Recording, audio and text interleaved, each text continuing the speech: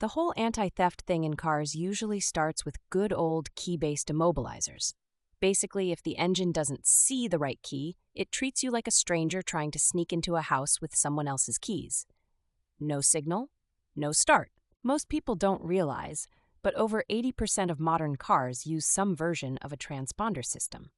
The key itself has a tiny chip that talks to the car's computer. If that handshake doesn't happen in milliseconds, you're going nowhere, except maybe back inside to look for your real keys. One of the infamous pain points is when your chip key battery dies and suddenly your own car thinks you're a thief. You're frantically pushing the start button while the dashboard blinks. No key detected. Fun times, right? Keep a spare battery in your glove box as a pro tip. Another layer, the alarm system. As soon as you mess with a door lock or try smashing a window, your car's sensors wake up. Sirens start blaring, lights flash, and for good measure, some cars will even cut the fuel supply. Your would-be thief is now a deer in headlights. A really underestimated feature is the steering lock. Once the ignition is off, this little metal pin physically jams the steering wheel. Try turning it, and you'll feel like you're arm wrestling your own car and losing. It's old school but wildly effective. Thieves hate it. Remote lock and unlock?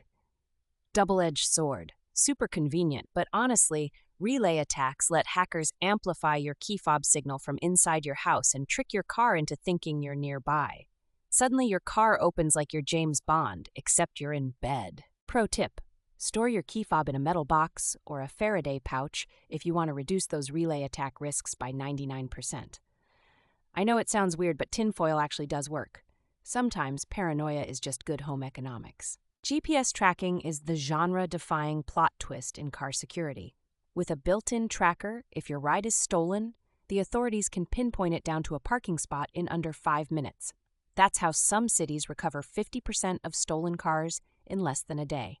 A lot of newer cars have what's called geofencing. Basically, you set imaginary boundaries, and if your car leaves those zones without your permission, you get an instant alert on your phone. You become the hero in your own movie, minus the cape.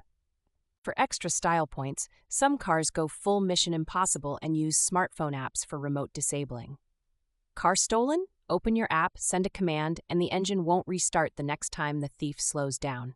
It's not magic, it's technology knocking out joyriders. Still, the biggest pain point is losing your own keys, which can cost $200 or more to replace.